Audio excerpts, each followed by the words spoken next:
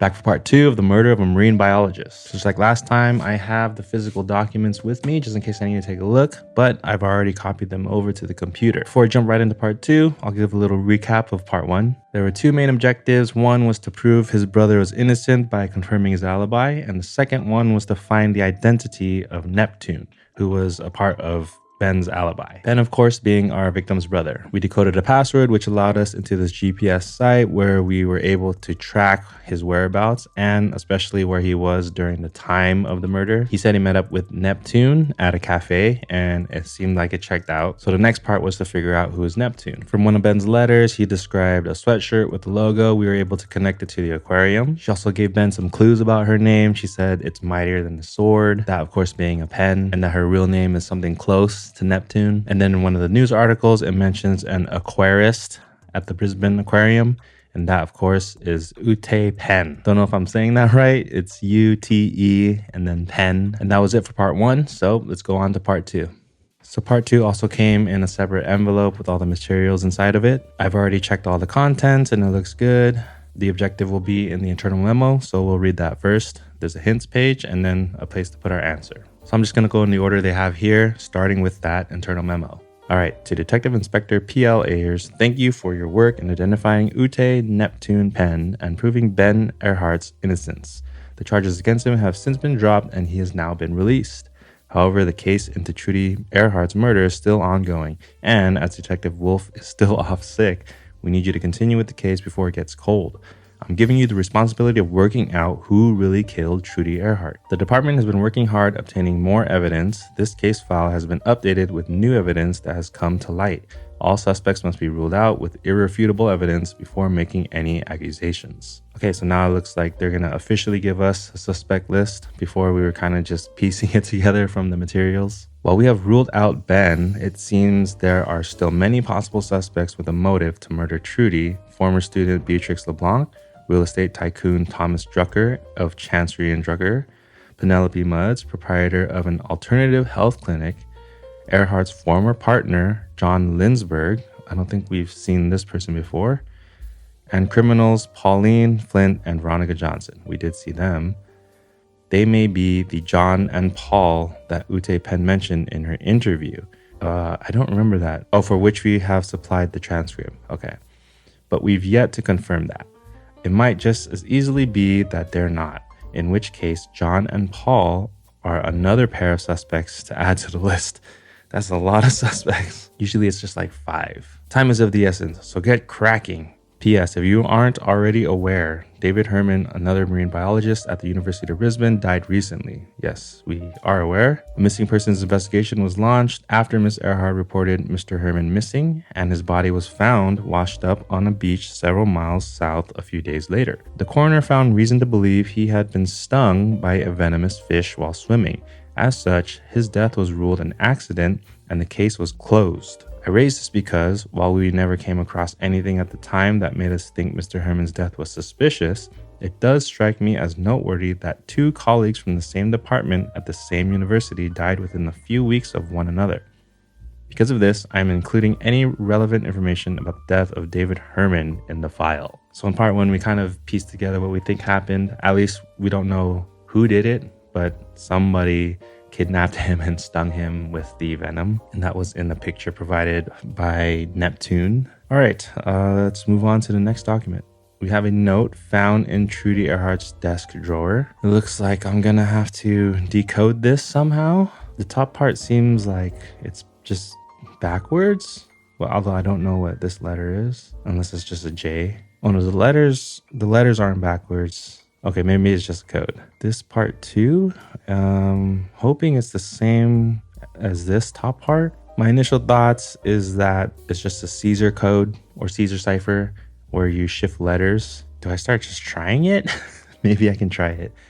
Okay, I think one of the best clues are these 1-letter and 2-letter words, because O can be an A or an I. So if I try that, let me see. Let me just use a site. I'm too lazy to do this by hand.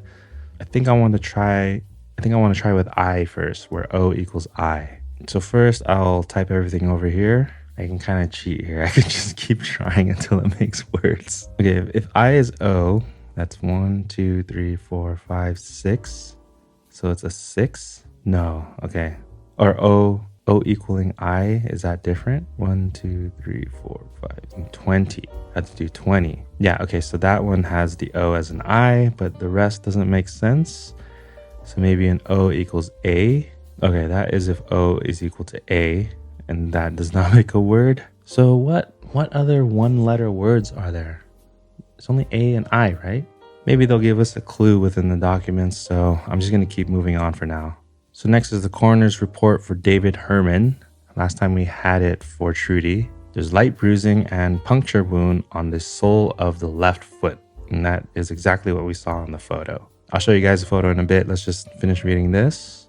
Cause of death, poisoning. Victim was stung by a venomous fish while swimming in the ocean. Samples taken from the body matched those of the venom produced by snapback fish. The condition of the body suggests 3 days passed between the time he died and the time his body was found, but condition is too poor to determine a precise time. So there's an envelope Neptune left with Ben when they met up at the cafe for Trudy. And then if you recall in this photo, there's someone being injected on the left foot. Does this prove anything? I don't know. We don't know who any of these people here in this photo are, but it is very suspicious. All right, the next document is a bunch of fingerprints. So I didn't see a black light. In some other games I've played, they do provide a black light so you can look for fingerprints on items, but I might just have to take closer looks in the physical documents. But for now, I just know that I have a bunch of fingerprints to reference. So we have Thomas Drucker, who built those luxury apartments by the beach. Pauline Flint, who I believe is one of the two ladies who got sent to prison for dumping the body. The other one being Veronica Johnson, who was the accomplice. Beatrix LeBlanc, the student who Trudy got expelled. John Lindsberg, we don't know too much about, apparently an ex. Meekins Carl and Penelope Mudds. I don't recall who Meekins Carl is, but Penelope Mudds was that alternative health clinic that Trudy helped shut down, or at least change a law to make it illegal because they were using the jellyfish poison as a treatment. Okay, well, we'll keep a lookout for fingerprints and move on. All right, police report, and we're starting off with some fingerprints. The owner of a koala sanctuary in the Brisbane suburb Fig Tree Pocket called the police after he found one of the koalas in the sanctuary with a pistol. Maybe it was dumped, right? And I also wonder if this is near the university. Police arrived at the scene quickly, and the weapon was carefully retrieved with the aid of the sanctuary owner. Fortunately, the weapon was not loaded. It is believed the weapon was hidden in a shrub and had stayed there unspotted for several days before it was found by one of the koalas in the sanctuary. The gun in question is a Gluck, or do you pronounce it Glock? Is that how you spell Glock? I know I've heard of Glock before, but I guess, I don't know. So Gluck, or Glock P2K semi-automatic pistol. While investigating the weapon to see if we could identify a possible owner, we inspected the barrel and were surprised to find that the rifling marks on the gun barrel match the rifling marks on the bullet taken from Trudy Earhart's skull. So we have the weapon. We were also able to take some fingerprints from the weapon, which will hopefully lead us to the identity of who pulled the trigger on Miss Earhart. Okay, do we want to do this now? I think so. So I'm wondering if they belong to one person. I guess we'll just have to see. So one person we know that they said had a gun registered was Thomas Drucker. So maybe I'll check his first. I'm not seeing any matches here, right? Let's check Pauline. I'm just going to kind of go through this quickly if something looks obvious. Otherwise, I'm just going to move on. This one's hard to tell. Don't see any matches. Nope. Don't see any here. This one, we're missing a left hand. Is it because they don't have a left hand? Okay, none of those match. I didn't think it would be this easy, right? Something I didn't think about either is if you're holding it, where would the prints be? I think it could be these 3 fingers, right? If you're holding it right there, right here. So maybe it's these 3 fingers. But I'm just checking all of them. Okay, nothing looks obvious to me. I'm not sure if you guys saw any matches, but I'm just going to keep moving on for now and maybe come back to this. Or I will have to come back to this. So let's just move on though. Next, we have an envelope to Trudy, I guess. And there was a letter inside. So it's front and back. We'll just start with the front. We have an address, but no name. Oh, sorry, it is from Maya. Dear Trudy, Happy New Year. Sorry I haven't written in so long. One of those things that I leave for tomorrow, and before I know it, weeks have gone by. This year, my resolution is to get better at replying to all my letters, really putting the respond in correspondence, if that isn't too corny a phrase. Oh well, I don't care. I like it. And besides, it's written now. What are you going to do? Thank you very much for your last letter. I must admit to being somewhat jealous that you got to go off to, I don't know, Cairns? I don't know what this is. Someplace in Australia? Because I don't see a window of free time in my schedule for such an excursion anytime soon. I know. It wasn't for fun. It was for research. But really now, was it research or research? Sorry to hear about what happened with John though. Don't worry, you made the right choice. He was a jerk. You're better off without him. It's only a pity you didn't dump him sooner. Also, I know you always said that Dave guy you work with was just a colleague, but now you're not with John anymore. Will that still be the case? This is in January 5th. I forgot when Dave went missing, but I'm guessing, yeah, it's after this. Also, don't worry about that plagiarism student. She'll make a lot of bluster, but it's just hot air. Sooner or later, she'll realize the whole thing was her own fault and realize she can't blame you for it. Things are going well down here for the most part. It was quite rocky when the merger went through and we suddenly found ourselves answering to corporate overlords an entire ocean away, but things have settled in now. For the most part, they leave us to mind our own business, which suits us just fine. For how long this nice little situation lasts, however, well, that remains to be seen. Let's just say I shan't hold my breath.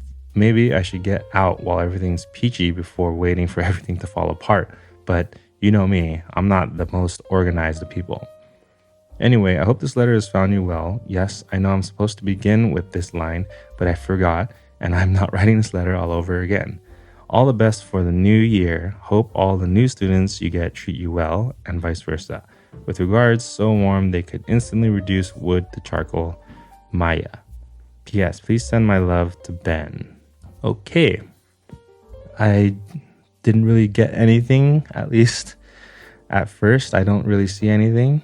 It's weird about these crossed off words, being very and then somewhat jealous and takeover and merger. But yeah, I don't really know anything else. I mean, it talks about the relationship and that she broke up.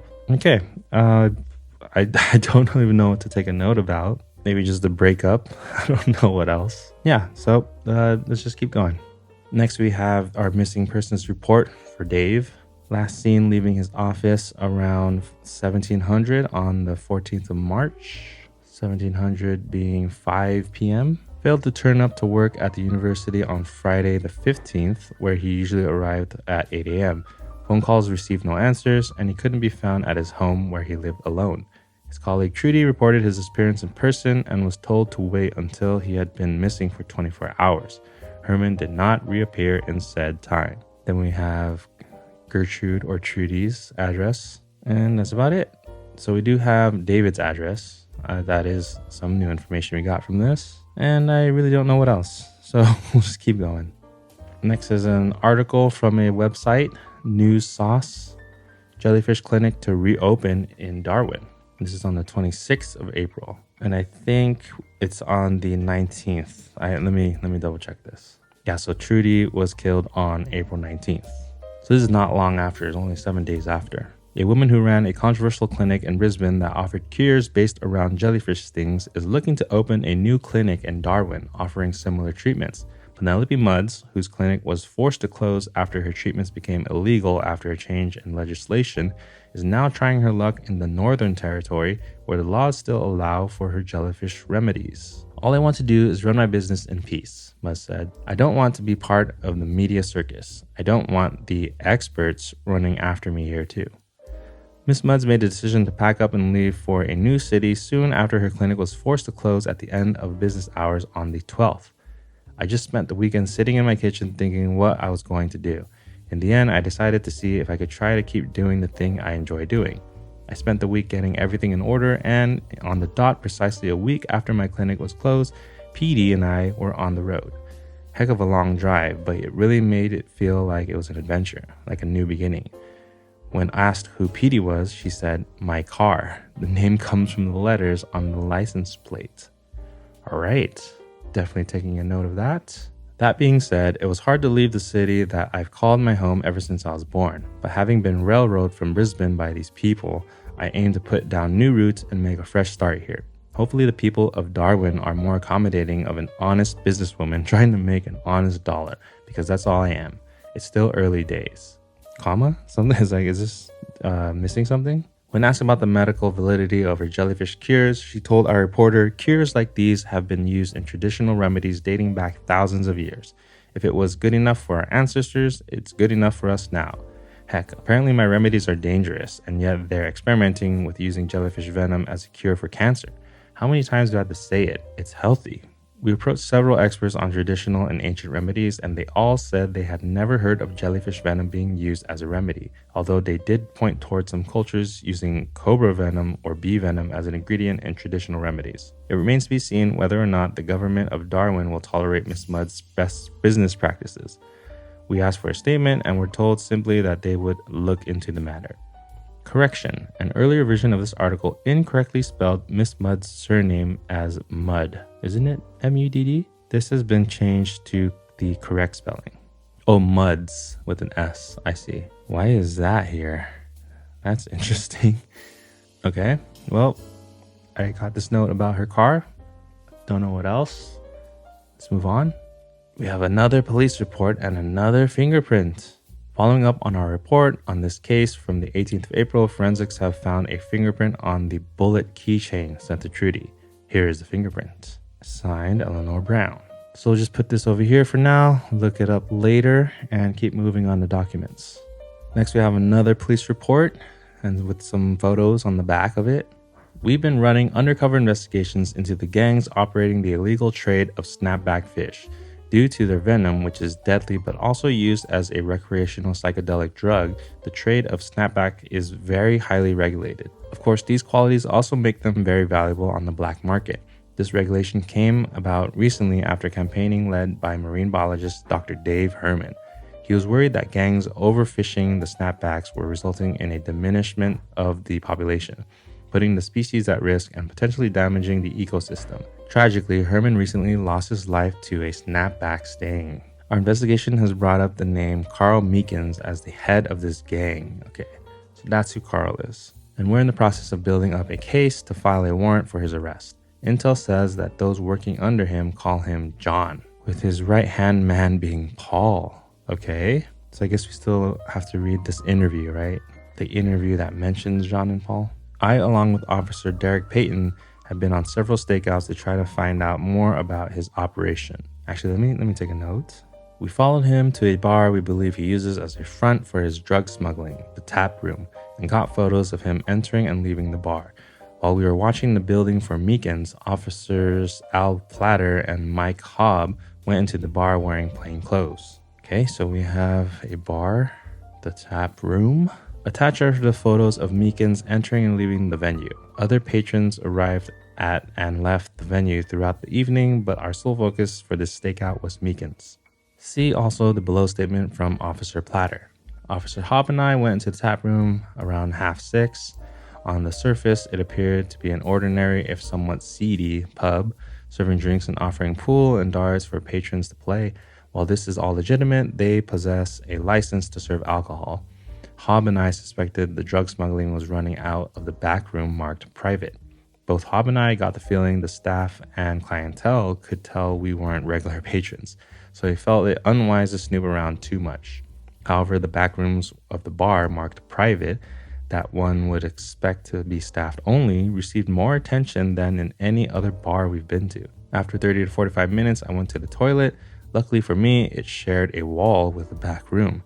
Listening in through the wall, I heard a voice I assumed to be Meekins say, "Paul, she's sniffing about after us." Unfortunately, we're a little short of the fish stuff, so it can't be like last time. Don't forget gloves. Your cards still work? Like last time? Gloves? Another voice replied, "Yep, got it right here. It's scratched to hell though. Apparently I attend University of Brine." Okay, so there was a mention of a scratched up access key, right? Or access card. And that actually, we will see that soon enough. I stopped listening at that point because I didn't want to chance being spotted. Also, I genuinely had to use the toilet. Hob and I stayed for a little while longer, but it was clear the staff and clientele were suspicious of us, so we left after we'd finished our pints. Also, the beer they had was pretty lousy, so neither of us felt like having another. So we have our photos here. This must be Megan's. So we can see this is on the 19th and starting at 6:12 until way later after that, 11:33. So this shows him leaving the front, but I mean, is there a back way? Doesn't necessarily clear him, but sure. I'll just take a note that it's a possible alibi. Because if they were there the whole time, I mean, he was saying around 5:30, which, I mean, that means 6:30, right? Well, they see him at 6:12. Okay, let's just keep going. So next was a little flyer for the Toad and Tambourine pub. And then we have a schedule here, and this is to coincide with Trixie's alibi. Do we know the name of their band? Well, okay, here's the 19th. Oh yeah, Potato Battery. So it's 8 p.m. Then we have the Manta Rays at 9 p.m. Okay, so Potato Battery is 8 p.m. Let's go take a look at that document from part 1. So this was the social media post. Potato Battery, come see us at Toad and Tambourine. Many thanks to Ben Carter for filling in for Jack the Buck. And then Amy Jenkins says, got the awesome Trix LeBlanc supporting me on drums for the full hour. So now we know what time that is. It's 8 to 9 p.m. I'll just move this over here so that we can see. Just as a reminder, based on Trudy's coroner's report, the time of death was 19 to 20, or 7 p.m. to 8 p.m. So if their band was playing at 8 p.m., would that be enough time to do it? Okay. I just realized. I was wondering why Amy Jenkins sounded so familiar. So she isn't part of Potato Battery. She's playing for Amy Jenkins, which is at 7. So actually that is the exact time of death, 7 to 8 p.m. So that pretty much clears Trixie. Okay, so one down, a bunch of others to go.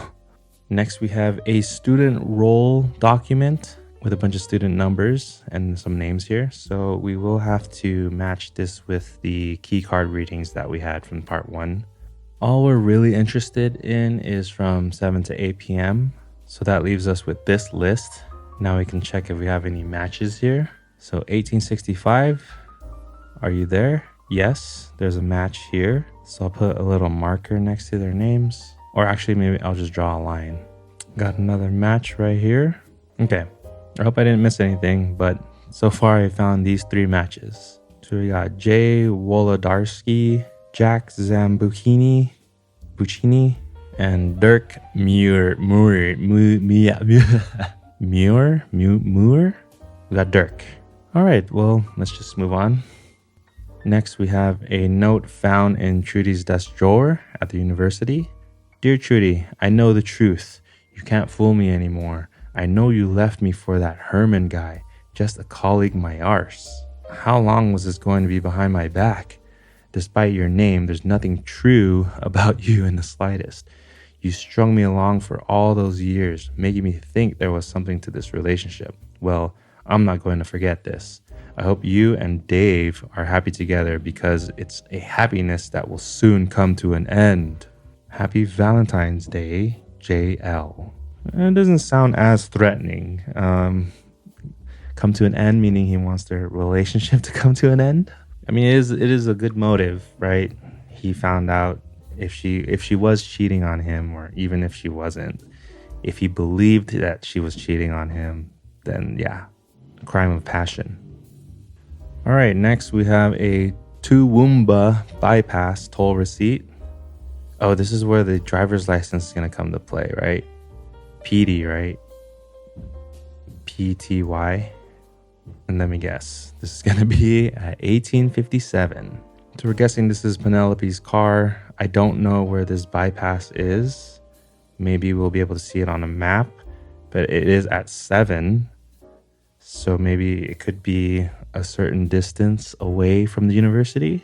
Direction of travel west. I wonder if that also means something. As in, like, she's going away from the university, right? Okay, I think we got all we needed from this. Let's go on. A record of interviews. So this is Ute Pen's interview that we heard about earlier. Time is now 16:39 on the 26th of April 2019. We are in Brisbane Police Department, interview room B. Please state your name. Ute Pen. You were at the Rusty Bean Cafe on Park Road on the evening of the 19th of April. Is that correct? Yes. At what time? Around 7:25 p.m. or so. And you can confirm you met with Ben Earhart? Yes, I saw him there. So why were you there in the first place? I was due to meet with Trudy Earhart. How do you know Miss Earhart? I didn't really. I knew of her. So why meet with her? She was trying to prove her friend had been murdered. I wanted to help her. Why did you not tell her it was you? Why go in disguise? I didn't want anyone knowing I was there, that I was helping her. They would have killed me if they found out. The they you refer to are these people that you say killed Trudy's friend, Mr. Herman? Yes, I'm sorry. I don't know their real names. I only know them as John and Paul, but those were code names. Okay, so, I mean, if she heard those names, then we know who she's talking about. After Lennon and McCartney? That's right, they love the Beatles, so all the code names were Beatles related. They called me Astrid after Astrid Kircher, because I'm German, I suppose. She was a friend of the Beatles, you see. Wait, what does she mean they called her? Yeah, why does she have a code name? So she works with them? Or has been working with them? So you mentioned you wanted to help Miss Earhart. How did you think you could help her? I had proof that could help prove her friend was killed. I wanted her to have it. I wanted her to bring them down. But why not just come straight to us with this evidence, especially if you thought it was proof of a murder? I was worried I'd be stripped of my visa and sent back to Germany. What for? No comment. All right then, Miss Penn, why did you want these people, in your words, brought down? They were blackmailing me, make me work for them. I thought if I gave Trudy the evidence, she'd go to the police for me. Okay, so that answers why she has a code name. So would you say you were scared of the police? Yes, for reasons you won't explain. I don't need to. It's got nothing to do with Trudy or Ben. But you're willing to cooperate now and helpfully answer my questions? Why the change of heart? Well, it seems I'm the only one who can confirm Ben's innocence. I don't want an innocent person to go to prison. That's very noble of you, Miss Penn. Thank you. But we might need to ask you some further questions about the things you alluded to at a later date. I see. No more questions for now, though. Interview ends. Time is now 16:45. Okay, so she knows who they are. She's worked for them. This doesn't prove anything about Trudy, only for the coworker. So let's keep going. A few more documents here. Next, we have a note. It was a pad of paper found on Trudy's lap. The one they mentioned that the shooter probably would not have seen. And all it says is Ben. But we know Ben is innocent, so I'm not sure why Ben was written on it. Maybe she was trying to write something else. This is a partial of a name. Let me look at the original. Nothing else too suspicious on the original copy. So yeah, I don't know. This has got to be a clue for something though. Or was it just that this is why they originally thought it was Ben? Okay, I don't know. Let's keep going. Next is a screenshot of some live television news. We have 1929. So that is about 7:30 on the Gold Coast. I don't know where Gold Coast is. Then we have Natalie Hobbs, environment correspondent. Beachgoers beware. Jellyfish swarming toward Gold Coast shore. Okay. So these are the spider tattoos. And these are the bracelets. So I am guessing this is their alibi. Oh, that's so funny, man. Okay, what are their names? Pauline and Veronica. So from part one was brunette, wearing lots of colorful bracelets. The other was blonde and had spider's web tattoos on her arms. So we have the blonde with spider web tattoos, and then the brunette with wearing many bracelets. I'm guessing it's not near or not too close to the university. I'm wondering if I have to refer to the GPS map from the site, but I don't know. This seems like this is just supposed to be their alibi. But I will check locations because I need to confirm something else too I forgot earlier.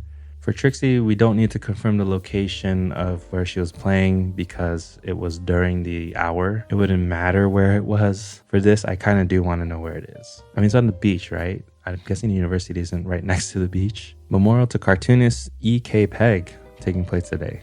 That was in the news article from part 1. All right, let's move on. Next, we have the scratched up ID card that they mentioned they found in part 1. So we have the beginning of a number. On the back, I'm not sure if there's important information. Yeah, I don't think these are real numbers. All right, well, we have a partial number here. Let's see if we have any matches. So everything is S15, but it's ending in 5. I wonder if I can make out any of the other numbers. In the original, you can kind of see more. It looks like a 3-5. Could also be 8-5. Okay. It definitely looks like an 8-5, but then it's supposed to be 7-4-8-5, and I don't see a 7-4. So I mean, of the ones ending in 5, but I'm guessing it has to be one of these because then these are the only matches. Oh, there's no name. I just realized there's no name on the card. Okay, I don't know what to make of this. I'm not sure if this is supposed to clear somebody or what, but let's just come back to this. Next, we have the firearm registration document from Drucker. We have his date of birth. We have the license number. We have his address. It was that Glock. So he's got it for sports or target shooting. He purchased it on, is this supposed to be September? Do they put month first? Or is it February? Oh, I think it's February 9th, right? Only in the US we put the month first. Yeah, February. 14th of February. On Valentine's Day.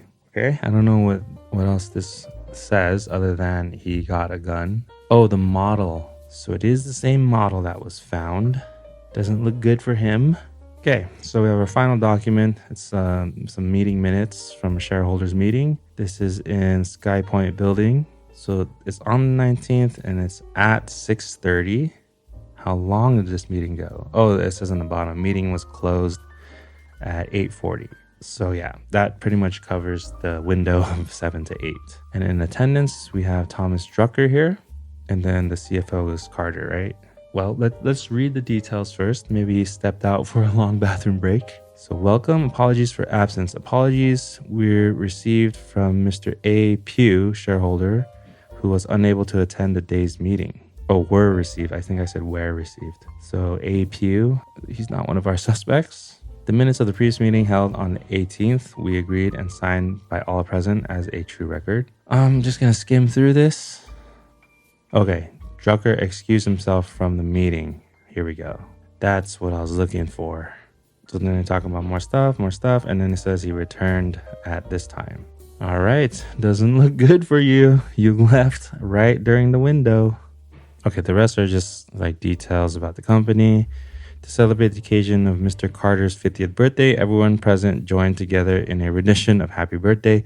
Some of the attendees decided to go to the pub to celebrate, others didn't. Okay, so that is very clearly not an alibi. So who are we left with? For Penelope, if it's true that they were driving west and that could be away from the university, but even if it wasn't away from the university, or I mean the direction heading towards or away from it, it is around 7 p.m.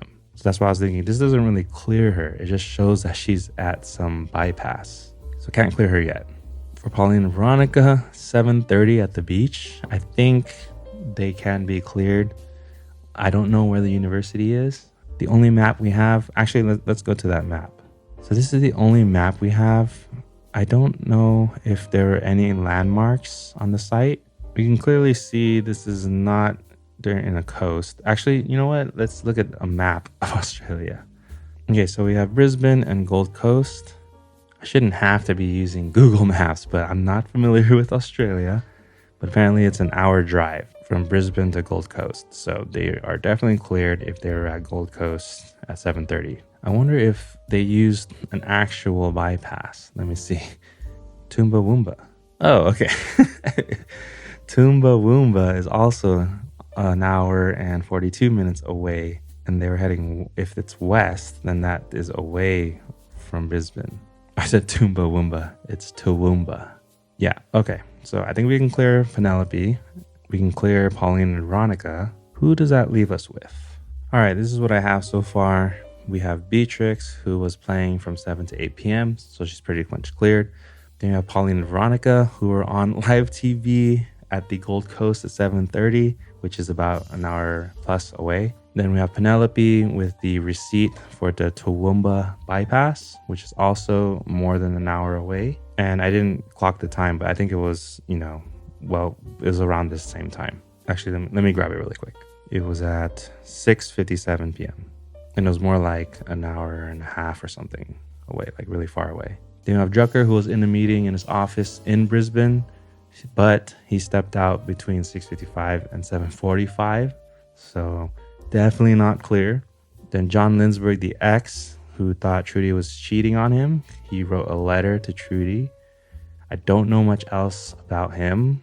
Lastly, we have Meekins, who they were following, and then they saw him at his bar between 6:12 and 9:33 p.m. That's just when they saw him enter and leave. But I thought, like, could there be a back door? I'm just saying this doesn't really clear him because there could easily be a back door. Although I don't know if I'm reading too much into it. So we still have a few things to do. We have all the fingerprint stuff, of course. And then we had that very first, or one of the first letters, which had the coded stuff. So I think I want to do that next. Okay, so I was hoping for some sort of clue on how to solve this. Like they would have found something else that said, oh, we like to write encoded messages. And then there's something to help you decipher it. So first I thought it was a Caesar cipher where you shift the letters. I'm not really seeing much, but let me see again. Let me go to that site. So these are the first few words. I'm just gonna run through all the shifts and see if anything comes up. Yeah, I don't think it's a Caesar cipher. Unless, is there another way to do this? What other ones are there? Okay, I'm not sure. If in the game they're not giving clues, then I'm just gonna go to their site to look up hints. Okay, what do you need help with? Coded message right here. All right, clue 1. The words are English, but each letter has been replaced with another. So maybe it's not a clear Caesar shift. Maybe there's something else. Okay, let's just look at the second one. Try focusing on short words. Try to find any place where the words I or A are used or any abbreviations. Okay, is it just like random substitution then? Is there a site that lets me do that easily? Okay, so yeah, O is definitely I, right? But when you do the Caesar, yeah, so when you do it so that it equals I, then nothing else makes sense. Okay, I'm just gonna type the whole thing.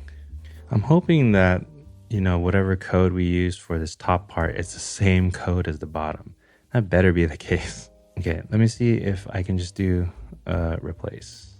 So I want to replace O with I. Can I do multiple? How do I do multiple? Okay, how do I do it so I can put multiple? Maybe here, alphabetical substitution. Okay, I think I know what to do. So I'll start with this, but where I have O, I'll put I. And where I have I, I'll put O.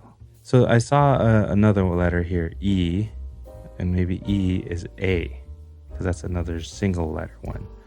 So where I have E, I'll put A, and where I have A, I'll put E. And then there was OG, so maybe G can be F, like if or it, but maybe it. So T, so G is T and T is G. Oh no, because then that turns this T. That's why, okay. No. If it's substitution, it has to work both ways, right? Like if I have to replace an O with an I, no, that doesn't necessarily mean I's go to O's. Okay, hold on. I'm gonna have to figure out how to do this. Let's start over. Okay, so first we're gonna do O. We're gonna do O and G, and then we're gonna say it's IT. What if TU? No, okay, hold on. So I'm focusing on this part. I'll show you in the original. We have an O here, and then we have OGTU. So if this is I, and also there's O's written down here, right? It seems like I. Oh, maybe this is I can't. So let's try with I can't. So DEPZ. Is that a Z? DEPZ. And then I can't. Did anything come out? Dude, this is hard. This is really hard. And it better be the same. It better be the same code. MUULT. A lowercase e? Okay, E is definitely A then. So I think we solved this part. So of the 2-letter words, we have OG, TU, VU, PU. I'm guessing U is O then. Let me see if that, another VU here. Yeah, let's try U as O. Or it could be N. So again, if O is I, G can be in, if, it. Okay, let's just try G first. If G, so we have I. If G's N, that didn't change anything. What if G's T? What would you say? Like there's these a question mark, and then there's 2 words and comma. I need another help. This one is actually, if this is an apostrophe, I can't, I won't.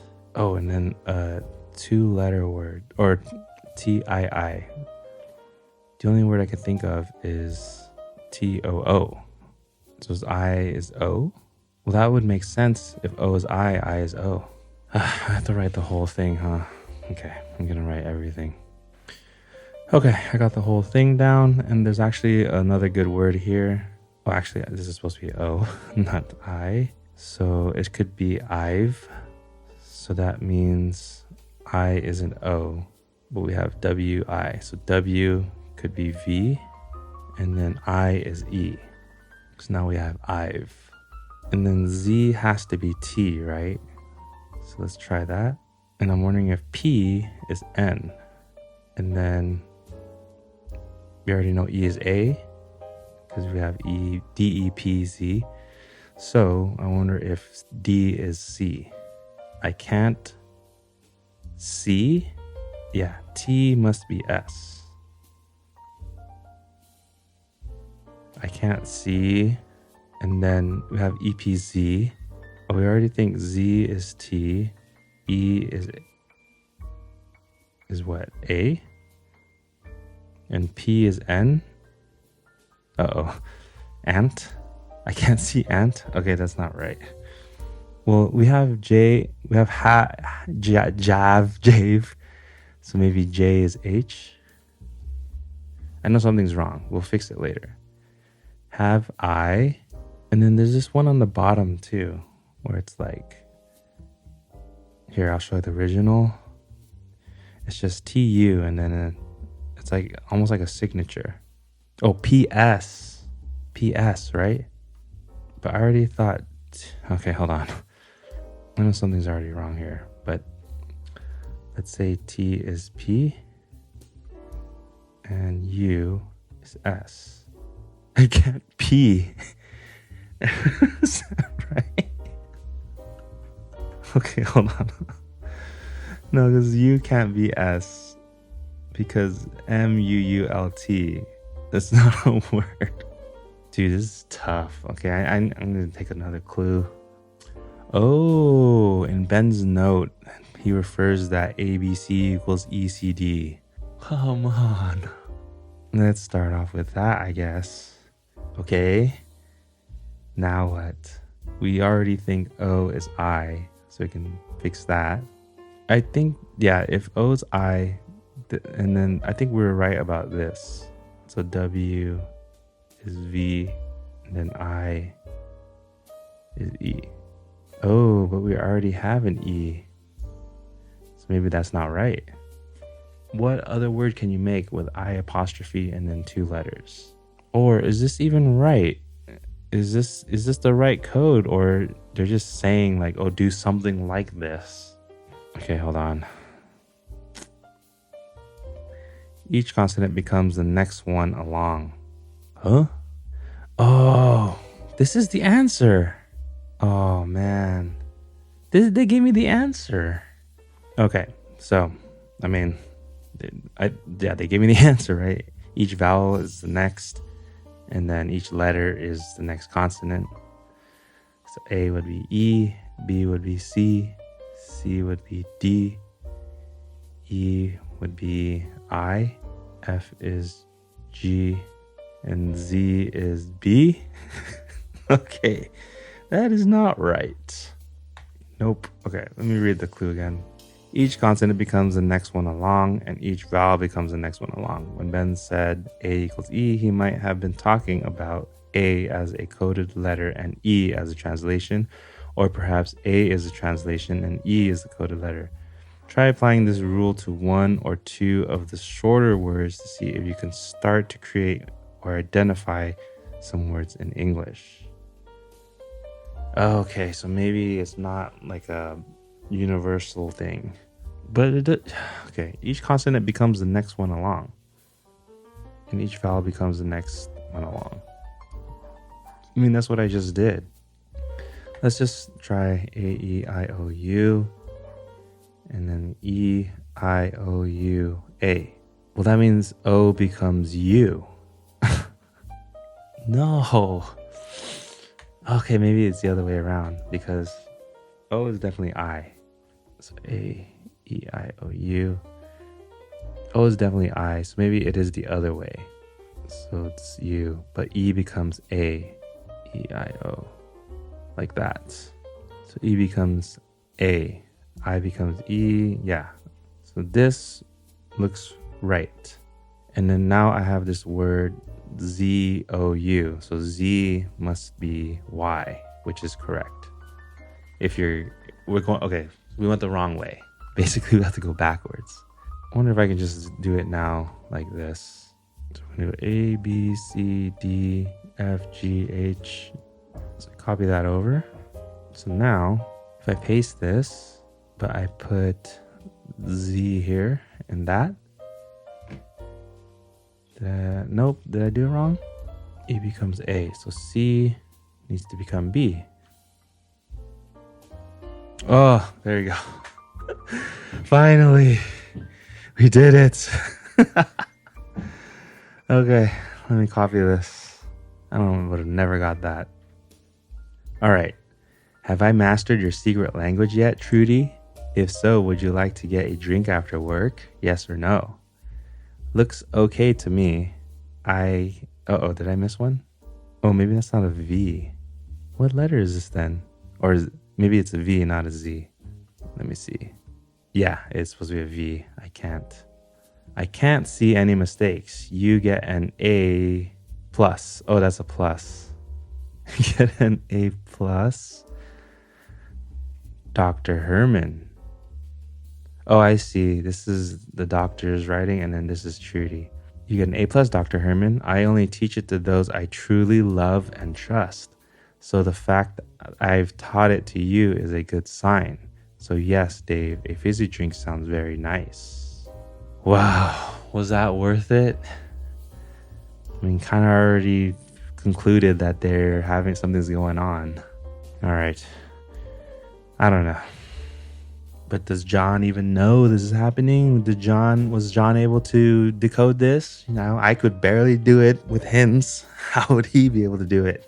All right, now we have these fingerprints. I forgot what this one was on. Oh, let me see. Oh, the keychain, the bullet keychain. All right, well, I know who we don't need to check anymore. So let's focus on Meekins and John. Well, Meekins, John, and Thomas. So let's start with Thomas. I'm gonna do it both ways also. Just in case they're trying to fool us by having it the other way. All right, so looks like that, and then it goes up like that. Looks very similar to this bottom one. Dude, this is hard. Okay, I don't know. Let's check someone else. Let's check Meekins, or let's check John. Is this supposed to be obvious? Oh, yeah. This one, right? That is it right there. They even included the crack. Okay, well, so we identified the keychain. So they said that the keychain was just mailed to her office, right? And it could have just been a threat. This doesn't prove he did it. I think we need to match the fingerprints on the gun. But I could not do that. And we could have done that so early on too. That would be like a smoking gun, wouldn't it? Yeah, I think the bullet keychain is just like a threat. I mean, he even wrote in his letter kind of a threat. Now for Meekins, we don't have the left hand. Does that mean we're supposed to do something like reverse one of all these or something? Well, does it even look similar to any of these? I mean, this one kind of does. It's like I was saying earlier, I think when you're holding it, you would be like this. And this index fingers for the trigger. This is up here. So maybe these 3 fingers are what's captured. So I'm looking for the pinky, the ring, and the middle. Or not, I don't know. That's just my assumption at this point. And these are not matching. Like this one kind of looks like it, right? But the other one was like identical for the keychain. Okay, let's go back to Thomas. If it's Thomas, I mean, that's... he has a gun registered. They found a gun. It's a little too like simple. Oh, okay, so this one is kind of smeared. But I just don't see it. Okay, I need to take a hint on this. The bullet key ring. No, I already figured that out, so it's the gun. What's the rest here? Oh, they have one that says the smoking gun. Oh, and I also have all the ID stuff to think about. None of these say like fingerprints.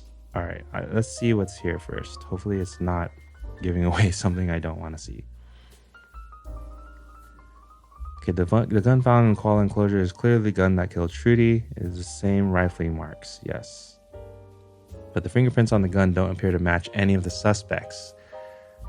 Then, how was I just supposed to figure that out? Where else could these fingerprints have come from? What do you mean, where else?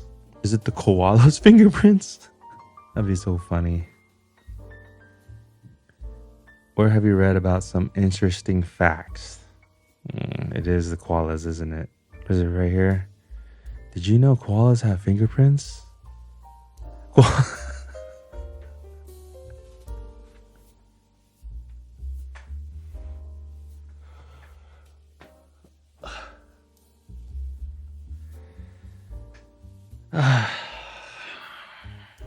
Okay. If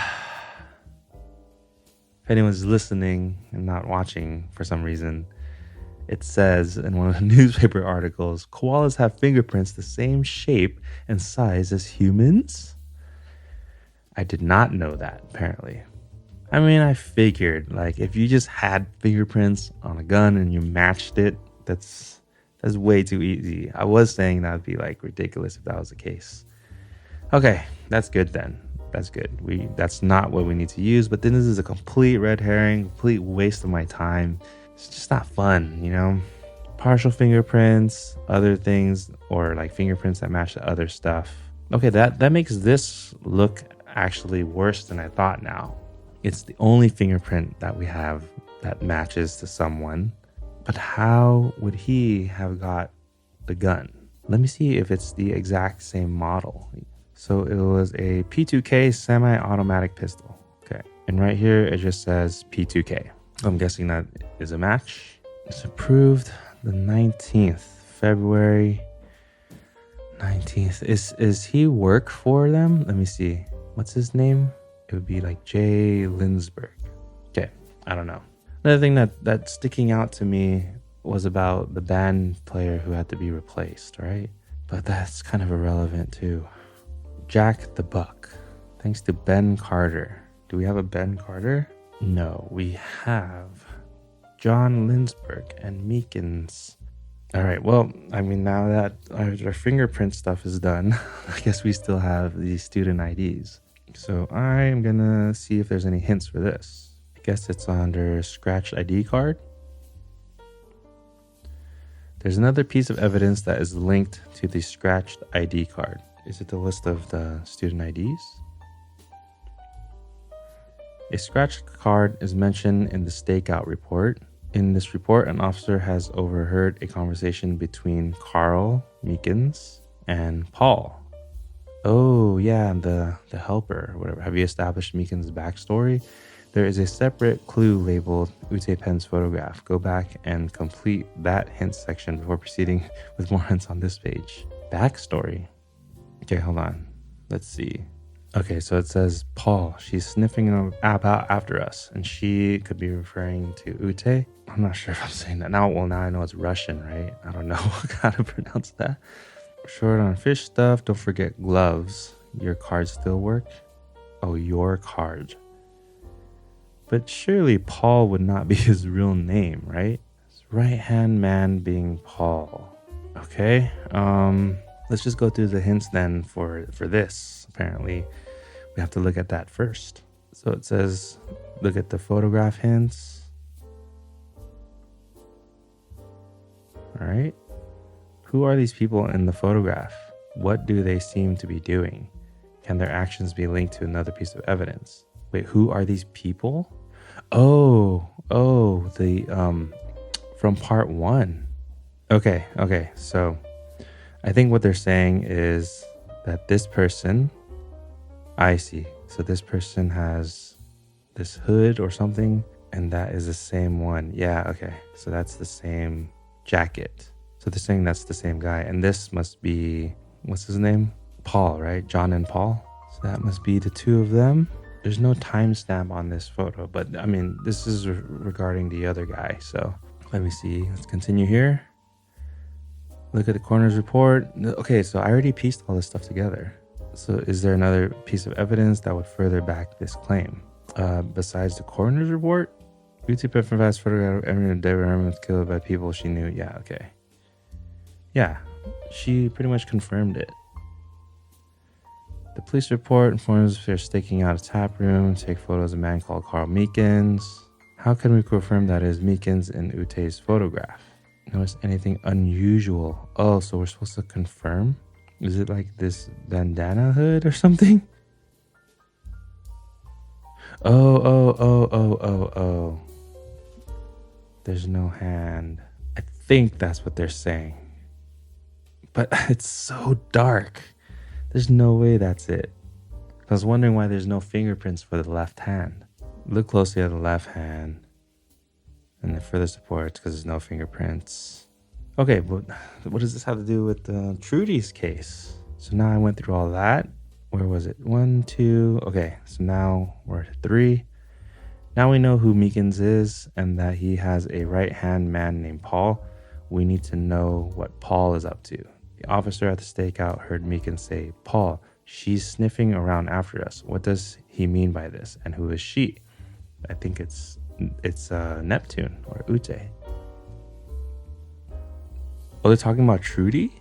We know that she was close to Dave Herman and that Ute Penn was trying to help Trudy find out, okay? We need to identify who Paul is and what his real name is. How do we know that Paul is the owner of the card? Well, when they overheard the conversation, he said, does your card still work? Okay, so we need to figure out who Paul is. But then does that mean Paul did it? Because he's the one who went? So earlier we narrowed it down to 3 students. And I realized, it would only be up to 20 right here. But we have Jay Wolodarski, Jack Zambucini, or did I say Jack or Zach? Jack. Dirk Moore. Let's say that. Okay, I have no idea. They all end in 5. I think it's like an 8-5. It could be 9-5. It's very hard to tell, even on the original. It's either 8 or 9, but I think it's an 8. I'm pretty sure. And then that would make it Jack. So I'm gonna look at the hints. So the next hint, in Stakeout, Meekins asks Paul, your cards still work. Yeah, that's how I said I know it's him. or his card. It's scratched. Apparently I attend blah, blah, blah. We know this person attends university because the logo matches another piece of evidence. The logo? Oh, is it just this one that I'm looking at? Okay, student role displays same logo. We know students are in Shuri's behavioral ecology class. So can we link the card to any of the names? Yeah, so I think it's Jack here, just because it looks like 8-5 in the end here. We can only see S15 and then 5 at the end. The owner of this card could be one of 5 people. Yep, there's another piece of evidence to help you further narrow down this list. Wasn't it just the time of death? Compare the after hours card log online evidence with the student role. Are you able to narrow down the list of 5 students? Oh yeah, that's what I did. Okay, so yeah, 3, and you narrow down to 3. Do we have enough to charge these students? Have you found alibis for all of the other suspects listed in the internal memo? What? I don't want to hit answer. I'm scared. I don't want to be given an answer. So this part, I mean, these clues don't really count. Like, I've gotten all this stuff, but this is, do we have enough evidence to charge the students? No, we don't. And then have you found alibis? So far we don't. I mean, okay, if we want to say that he was at the bar and then, he didn't have the ID card or whatever. So this one person has the ID card and that would be the means of getting in. But how would they be connected to the gun? Because so far our only connection to the gun is Drucker, who we also cannot clear in the time frame. And then with John Lindsberg, we just have 0 information about him. Okay, I'm gonna look up Lindsberg because maybe we're missing something. Oh, should I read the answer? Okay, I'm gonna read it. Yeah, no, we don't. I knew that. Have you eliminated all other suspects? We need to either charge another one of the suspects from the list or find evidence that points the finger at one of these students. Wow. Okay. It's not really a hint. Or technically that was their answer, right? It's not really an answer either. I mean, it did answer the question they posed. Okay, let's look up John. Not much here.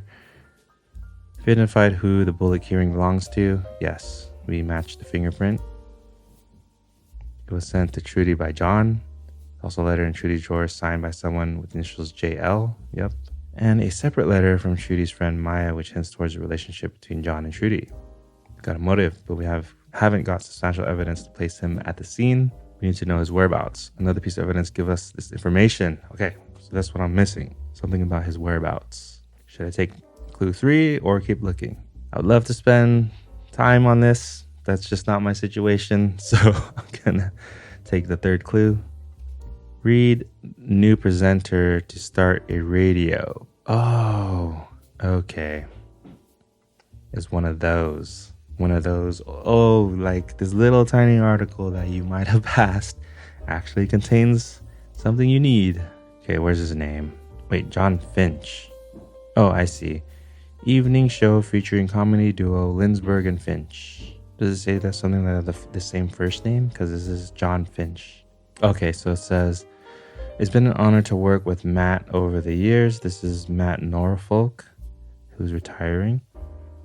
And I hope John and I will live up to the high standards he set. So that's how you connect John Lindsberg. So it shows Saturday nights from 6 to 10, beginning on the 20th. Oh, 20th of April. Wait a second. That doesn't clear her or clear him. Oh, I missed the part. The 2 Johns. That's what I was looking for. The slot will be left vacant after it was decided to move the 2 Johns evening show featuring comedy duo to the same time on Mondays to Fridays. Okay, taking over the weekday evening slot. So he was doing his weekday show. I would have never found this. Never. Okay, now we can cross off John as he was doing the radio show. So where does that leave us? With Drucker and Meekins. If we can clear Drucker here. Oh no, sorry. I mean, if we can clear Meekins. But still, if his right-hand man did it, Does that still count as Meekins doing it? Maybe I need to see what are my options here. That's not cheating, right? Oh, okay. So we have to enter the name in the text field. All right. You must only complete the form above when you have eliminated all innocent suspects. It is very important that we don't point fingers too early. We must have an alibi for every suspect. When you're ready to charge the killer or killers, enter their name or names in the field above. Click submit. If you suspect it was more than one person, please enter their first names separated with an ampersand and spaces like this, Bill and Bob.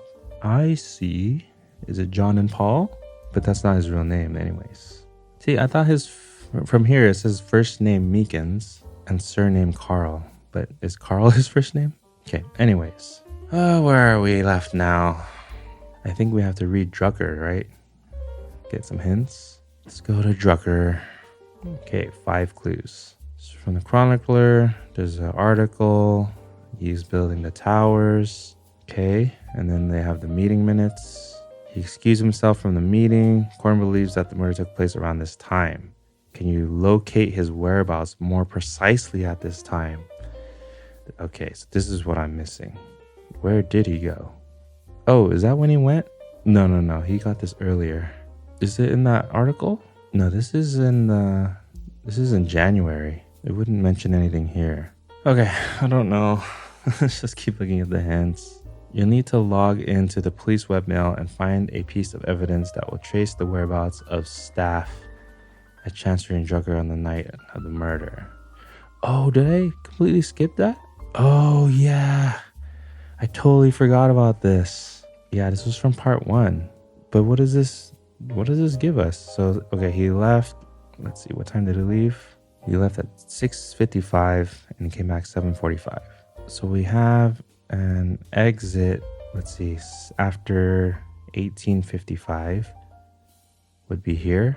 So do we have another 1274? Oh, 1274 and then exit 1274. So at 7:29. Okay. So obviously this is just from when he leaves that room and when he comes back into that room. Yeah, so that's why the 7:04 exit makes sense. And then the 7:45 return is because he re-enters at, oh no, that's 6:30. Sorry, it's not 6, it's 8:30. Hold on. Okay, so I don't know now. I don't know because, technically this is 29. The time of death is between 7 and 8, right? He exits the building at 7:04, enters at 8:29. That's still enough time to do it. I don't know how far this is from the university. Sky Point building? This still doesn't make sense. Hold on. So he excuses himself at 6:55. So he returns at 7:45. This one makes sense. He left the room 6:55 and then exits the building at 7:04. And then we need a number who leaves and comes back.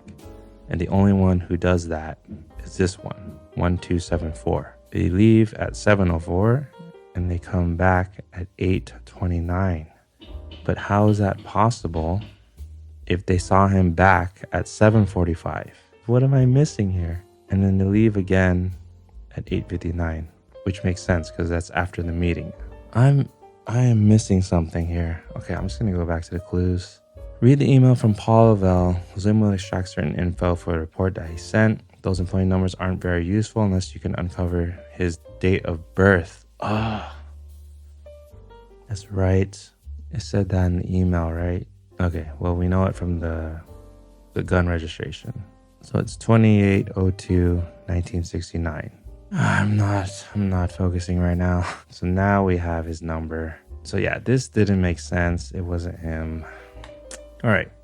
So now if I look up this guy, which I guess is here, 2802, just 69, I guess. So enter at 6:26.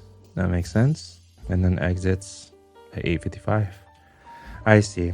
So he never left the building. He stepped out of the meeting but didn't leave the building. All right, you are clear. So that leaves us with just Meekins. And if it wasn't him, it was definitely coordinated through him, through his right-hand man. So I'm wondering whether I should write John and Paul, right? Because it was the duo. And I never identified which one it was, but I don't know. I say we're just going to go for it. So again, it says to put an ampersand. I know it's not their real names. I'm just going to try this. See what happens. Ah, it looks like you're using nicknames. Okay. All right, so let's put the real names. I think it's Carl, right? Yeah, Carl Meekins. They put it wrong on the fingerprint. So it says first names. So, okay, I'm going to put Carl and then I thought it was one of the students. So because I thought this number was an 8, I'm going to try Jack. Carl and Jack. At least one of the suspects that you're about to charge has an alibi. Okay, so Carl does have an alibi then. So then it's Jack. Can I just put Zach? Let's try it. Or Jack, I mean. Why do I keep saying Zach?